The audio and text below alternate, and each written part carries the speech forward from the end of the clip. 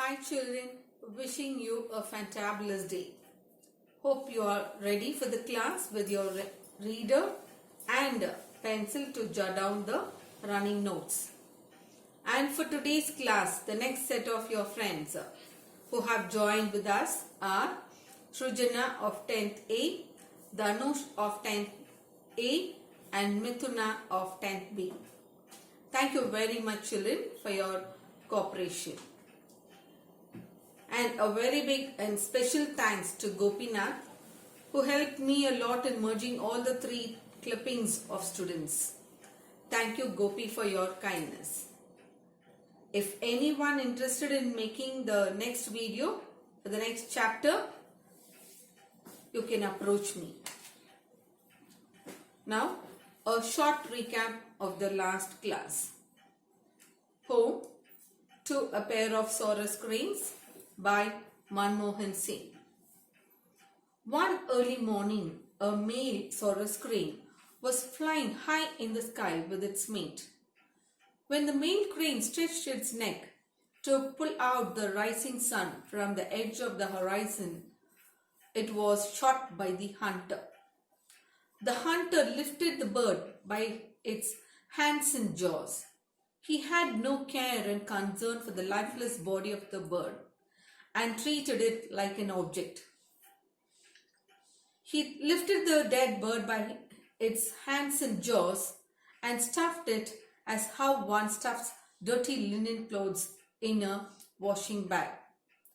The female bird circled over the sky, weeping and moaning over the death of its mate in the place where the death occurred. It was a shocking and an unacceptable death. Perfect. Now, let us get into today's class.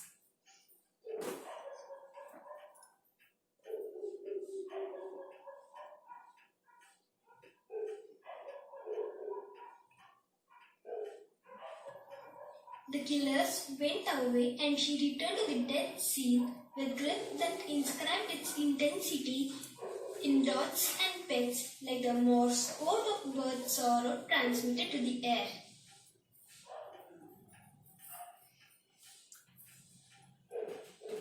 So, the bird killers left the place with the dead bird and the female bird flew down to the place where the death occurred.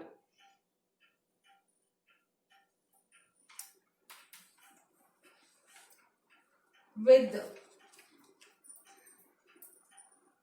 grief that inscribed its intensity in dots and pits, like the Morse code of bird sorrow transmitted to the air.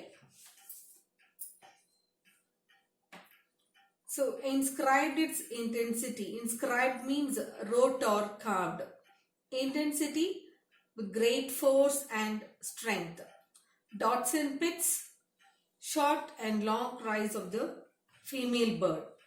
So, in short and long cries of the female bird, carved its pain and grief with great force and strength. So, the bird, it just cried with long and short cries and it wrote its pain and grief with great force and strength. Like the Morse code of the bird sorrow transmitted to the air. It's a symbolic language invented by Samuel F. B. Morse. He was born in the year 1791 and lived until 1872. It uses a combination of long and short sounds or flashes of light to send messages. It was initially used to send radio signals. So the female bird transmitted its sorrow and grief through long and short cries to heaven. So the explanation of this particular paragraph is the bird, it was circling on the sky. And then once when the bird killers left the place, it came down, it cried over there with grief that inscribed its intensity in short and long cries. It cried and then it just carved its pain with great force and strength. Like the Morse code, means how the Morse code used to transmit like that, it transmitted to heaven through long and short cries. So that is the meaning of this particular stanza. And here we have a figure of speech, that is assonance. What is assonance? The figure of speech implied here is assonance. Repetition of vowel sounds, the vowel sounds, E. Intensity or inscribed its intensity in dots and pits. So you can see the vowel sound over there, E, being repeated there. So that is assonance. And assonance is used to reinforce the meaning of the words and to set the mood. For example, one more. Go and mow the lawn. Johnny went here and there and everywhere. These are few examples. Go and mow. So, oh, that sound you can hear. Go and mow the lawn. Johnny went here and there and everywhere. So now, coming to the next stanza.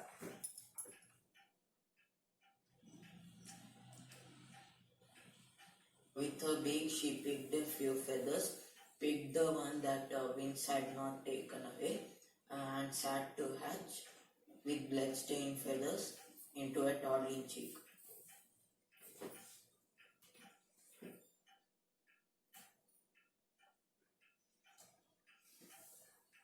With her beak she kissed a few feathers, picked the ones that wind had not taken away. So the female bird kissed, it came down, it kissed a few feathers of her mate with her beak, which were lying strewn, means which were lying scattered here and there, that were not flown away by the wind. And sat to hatch the blood-stained feathers into a toddling chick. So next, the female bird, it sat on those blood-stained feathers with desperate hope to bring back the life of her mate. And toddling means walking with short and unsteady steps. So explanation of this particular stanza. So the bird, it came down, it cried a lot, it sent its grief and transmitted its grief to heaven through long and short cries. And here she sat on the feathers, a few feathers which were not taken away by the wind, which were not flown away by the wind. She kissed with her beak and she sat on the feathers with desperate hope that she can bring back the life of her mate. She sat on the blood-stained feathers that they can move with short and unsteady steps. So that is the meaning of this particular stanza. Now coming to the last one.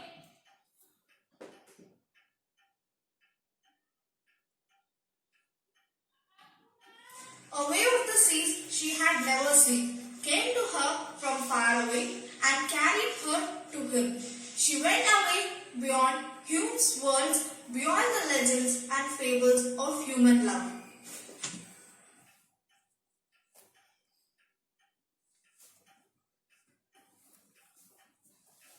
A wave of the seas she had never seen came to her from far away. So a wave of the seas means a representative of God. It is not the real wave, but a heavenly representative of God came to her, whom she had not seen, whom she had never seen before earlier. So the female bird had never seen the representative of God before. So the heavenly seas comes there and sweeps her away. Sweeps means gently takes her away. What is the meaning of that? She pined. Pined means she became weak and grieved so much. So she kept on crying for many long days, and she became very weak, that God took her away and reunited her soul with that of her mate. Her soul was taken away to a faraway place from the mortal realm, means from the mortal world. She pined away, she became very weak, and she was carried to. So here it is euphemism. Euphemism means saying a figure of speech, saying something using a polite words than harsh words. Now, instead of saying that the bird is dead, the poet says it in a very soft manner, not using harsh words. In polite words, he informs us that the bird is dead. So that is what you call it as euphemism. So the figure of speech used here is euphemism. So the female bird pined and grieved so much that God took her away and reunited her soul with that of her mate. Next one. And carried her to him. She went away beyond Hume's words, beyond the legends and fables of human love. So the female bird went beyond the limits of Hume's words, the legends and the fables. What do you mean by fables? Stories from ancient times about people and events which may not be true. So that is what fables. So the female bird went beyond the rules, the limits of Hume's words, the legends and fables, and all the rules of what is said to be as true love. According to Alan Octavian Hume's words, these Saurus cranes pair for life. They live together. They pair for life. If a mate is killed, the other exhibits its grief. Even for weeks together, stays near the place where its mate died. Then pines, means becomes weak because of great grief. These Saurus cranes are an example of, or epitome means example of marital fidelity. So the female bird pines away, becomes weak of the great grief for the dead mate and gives up her life.